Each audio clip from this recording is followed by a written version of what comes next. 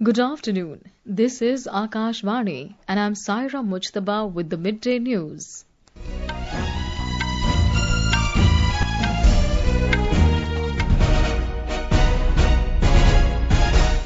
The headlines.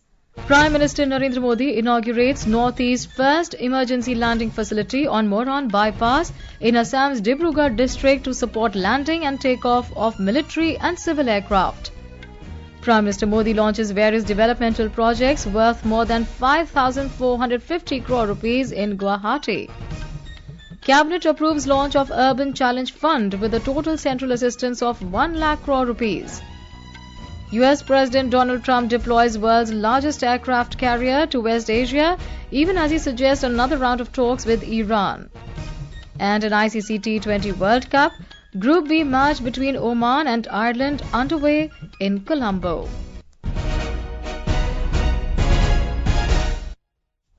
And now the news in detail. Prime Minister Narendra Modi today inaugurated the emergency landing facility on Moran Bypass, developed along a national highway in Dibrugarh district of Assam. The Prime Minister also witnessed an aerial display of fighter jets, transport aircraft and helicopters, including the Indian Air Force's Sukhoi Su-30 Mark 1, Rafale, AN-32, Tejas and advanced light helicopters. The emergency landing facility is the first of its kind in Northeast India, designed and constructed in coordination with the Indian Air Force to support the landing and takeoff of military and civil aircraft during emergencies. Prime Minister Narendra Modi also inaugurated the Kumar Bhaskar Verma Setu across river Brahmaputra, connecting Guwahati and North Guwahati, built at a cost of 3,000 crore rupees. More details from our correspondent. The Prime Minister, after inaugurating the bridge, virtually inaugurated the temporary campus of IIM Guwahati and the National Data Centre for Northeastern Region at Amingaon in Kamrup district. In addition, the Prime Minister also flagged off 225 electric buses under the PM E-Bus Seva scheme for 4 cities of India, 100 buses for Guwahati, 50 each for Nagpur and Bhavnagar, and 25 buses for Chandigarh. Earlier in the day, the Prime Minister inaugurated the emergency landing facility on Moran Bypass, developed along a national highway in Dibrugarh district, and witnessed aerial display of fighters, transport aircraft and helicopters. The Prime Minister is on a day-long visit to Assam today. With Aminul's report from Guwahati, this is Anuja Kumar for Akashvani News. The Prime Minister is scheduled to depart for New Delhi later in the evening, concluding his day-long Assam visit. Information and Broadcasting Minister Ashwini Vaishnav today said that the last cabinet meeting at the South Block was held yesterday. Addressing media in New Delhi, Mr. Vaishnav announced that future cabinet meetings will now take place at Seva Tirth. He added that a resolution was passed on the occasion, noting that South Block and North Block were built by the British to keep Indians in chains of servitude. आज देश विकसित भविष्य के संकल्प के साथ आगे बढ़ रहा है. Today, the nation is moving forward with the resolve of a developed future. For this, there was a need for a modern, technologically advanced and environmentally friendly office, a workspace that enhances the productivity of every Karmyogi working here and encourages their commitment to the spirit of service. With this very spirit, nearly 95 years after the inauguration of South Block on 13 February 2026, the Government of India is vacating these buildings and shifting to Seva Tirth and Kartavya Bhavans. Symbolically, this marks yet another step by the nation from a past of colonial subjugation toward the future of a developed India. विकसित भारत के भविष्य की ओर बढ़ने की ओर देश का एक और कदम है. Mr. Vaishnav said North and South Block will now become a part of Yuge Yugin Bharat Museum. The Cabinet Committee also approved the launch of the Urban Challenge Fund with a total central assistance of 1 lakh crore rupees. The central assistance will cover 25% of the project cost, subject to raising minimum 50% of the project cost from the market. This will lead to a total investment of 4 lakh crore rupees in the urban sector in the next 5 years. With the investment of 1 lakh crore from the Government of India, more than 4 lakh crore rupees investment will come for the entire urban area. All cities with 10 lakh plus population, all capitals, major industrial cities with 1 lakh plus population, and cities in northeast and hilly states, उन सब को लेके और बहुत सारी tier 2 और tier 3 cities को लेके इस project को किया जाएगा.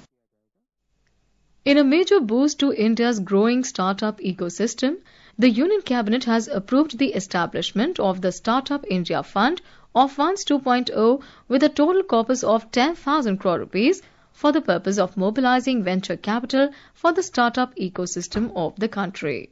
बहुत सारा फोकस डीप टेक स्टार्टअप्स की तरफ जा रहा है. A significant focus is now shifting towards deep tech startups. Startups are themselves creating a certain depth and technical expertise, which is enabling movement towards deep technology. Under the Startup India Fund of Funds 2.0, the government will provide a fund of rupees 10,000 crore. Along with this, many other funds will be associated with it, and together they will create a system for investment in startups. Startups में investment का system बनेगा. Union Minister for Women and Child Development Annapurna Devi today said that the government aims to make every working sector safe for women and provide them with equal employment opportunities. Addressing the National Conference on Safety of Women at Workplace in New Delhi, the minister said that the She Box portal has made it easier for women to register their complaints at the workplace. The minister highlighted that several workplaces have registered themselves with this centralized portal. The minister also praised government schemes for working women's welfare, including Ujjwala Yojana, Mudra Yojana, and others.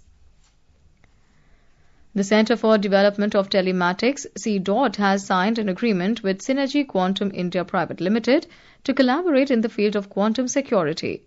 The Ministry of Communication informed that the agreement aims to strengthen India's cyber security against emerging quantum computing threats and will jointly develop an automated tool for detecting quantum vulnerable cryptographic algorithms in devices. Speaking on the occasion, C-DOT CEO Dr. Rajkumar Upadhyay said that as quantum computing advances, traditional cryptographic systems face unprecedented challenges, and the collaboration reflects India's commitment to developing indigenous solutions under the Atmanirbhar Bharat vision. In a major legal action against the banned extremist outfit People's Liberation Front of India (PLFI) in Jharkhand, a special NIA court has sentenced 6 active members of the organization to 10 years of rigorous imprisonment in a case related to terrorism, illegal arms possession and extortion. The case pertains to a December 2018 raid in the Balumat area of Latehar district, where arms and ammunition were recovered, for which the NIA took over the investigation in June 2019 and filed a charge sheet in February 2020. This is Akashvani giving you the news. For quick news updates round the clock, follow us on our X handle @AIRNewsLets, and for details of these stories and more, log on to our website www.newsonair.gov.in and download the News on AIR app. Welcome back. You're listening to Midday News. US President Donald Trump confirmed the deployment of the world's largest aircraft carrier, USS Gerald R. Ford, from the Caribbean Sea to the West Asia to reinforce US warships and military assets in the region. He said that a change in power in Iran would be the best thing that could happen as the US administration weighs whether to take military action. Trump made the remark shortly after visiting troops in Fort Bragg, North Carolina. The planned deployment of the aircraft carrier comes just days after he suggested another round of talks with the Iranians.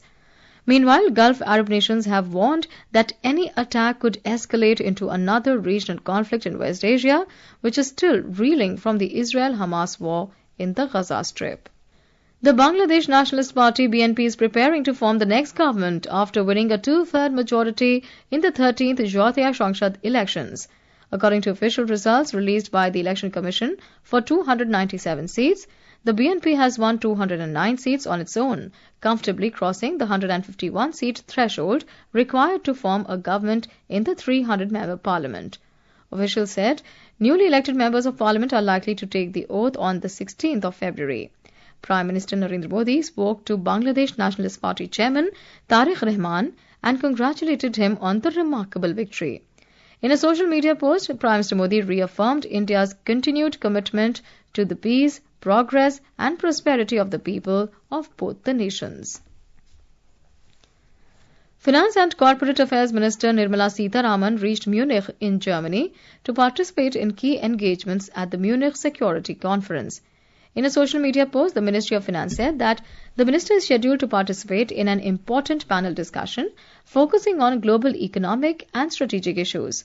On the sidelines of the conference, the finance minister will hold bilateral meetings with ministers and her counterparts from various countries, as well as with heads of leading multilateral organizations to discuss matters of mutual interest and strengthen economic cooperation.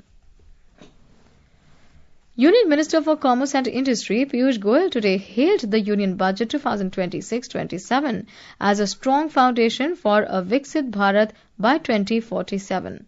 Addressing a press conference to discuss Budget 2026-27 with media in Mumbai, Mr. Goyal described it as a blueprint built on economic growth, infrastructure expansion and inclusive development for all citizens.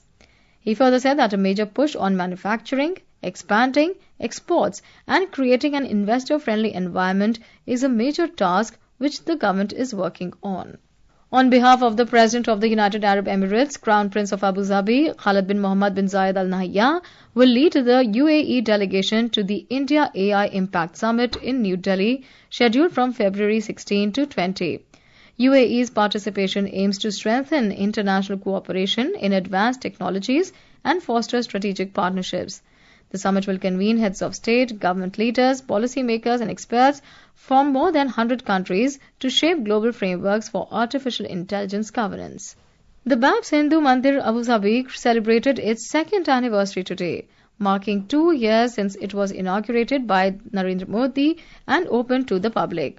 As the first traditional stone Hindu temple in West Asia, the landmark has grown into far more than a place of worship. A report. Since its opening in 2024, it has emerged as a vibrant center for spirituality, cultural dialogue and community engagement, symbolizing harmony, heritage and shared values in the region. Built entirely of stone without steel in its superstructure, it was constructed using traditional Hindu architectural methods with hand-carved pink sandstone from Rajasthan and Italian marble. The construction required years of planning and coordination between Indian craftsmen and local authorities. The landmark has also become a spiritual home for UAE's Indian community. Vinod Kumar from Dubai for Akashvani News. On to sports now. In ICC Men's T20 World Cup, Ireland has set a target of 236 runs for Oman in the Group B match in Colombo. Meanwhile, chasing the target, Oman were 116 for 8 in 14.5 overs when reports last came in. Put into bat first, Ireland posted 235 runs with help of captain Tucker's unbeaten 94 runs in 51 balls, losing 5 wickets in 20 overs. Earlier, Oman won the toss and opted to field. While in a Group C match, England will be up against Scotland in Kolkata at 3 p.m. and a Group D, New Zealand will face South Africa match in Ahmedabad from 7 this evening. India Meteorological Department IMD has forecast dense fog conditions over Himachal Pradesh till tomorrow. The weather agency also predicted thunderstorms accompanied by lightning over Arunachal Pradesh till tomorrow. Similar conditions will prevail over Jammu and Kashmir, Ladakh, Himachal Pradesh and Uttarakhand for the next 2 to 3 days. IMD further said that no significant change in minimum temperatures is expected over northwest and central India till tomorrow. The Met Department also forecast hot and humid weather over coastal Karnataka, Konkan and Goa for the next 2 days. And now, before we end the bulletin, the headlines once again. Prime Minister Narendra Modi inaugurates North-East's first emergency landing facility on Moran Bypass in Assam's Dibrugarh district to support landing and takeoff of military and civil aircraft. Prime Minister Modi launches various developmental projects worth more than 5,450 crore rupees in Guwahati. Cabinet approves launch of Urban Challenge Fund with a total central assistance of 1 lakh crore rupees. US President Donald Trump deploys world's largest aircraft carrier to West Asia even as he suggests another round of talks with Iran. At an ICC T-20 World Cup, Group B match between Oman and Ireland underway in Colombo. For details of these stories and more, log on to our website www.newsonair.gov.in and News on AIR app. And with that, we end the Midday News.